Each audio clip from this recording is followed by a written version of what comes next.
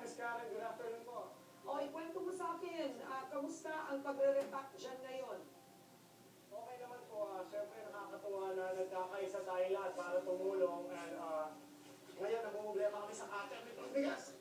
O, ikwento mo. Zillian, ikwento mo since you are a volunteer. Ano ba ang laman ng isang ABS-CBN pack?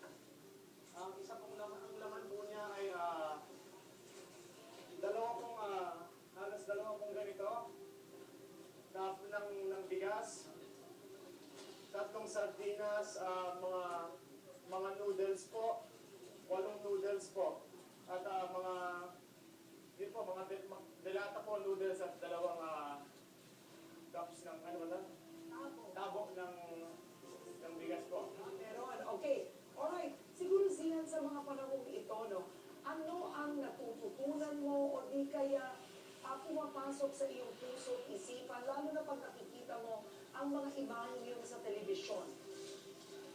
Siyempre, nakakatuwa na nagkakaisa po ang hindi lang Pilipino nagkakaisa, buong mundo nagkakaisa para magtulong-tulong. And it just goes to show na yung mga hatred, yung mga nangyayari, it all boils down to everyone working together. And dapat talaga magkaisa para mas mabilis ang proseso ng lahat. Okay. Alright. Maraming salamat, Zian. Maraming salamat at nandyan ka ngayon.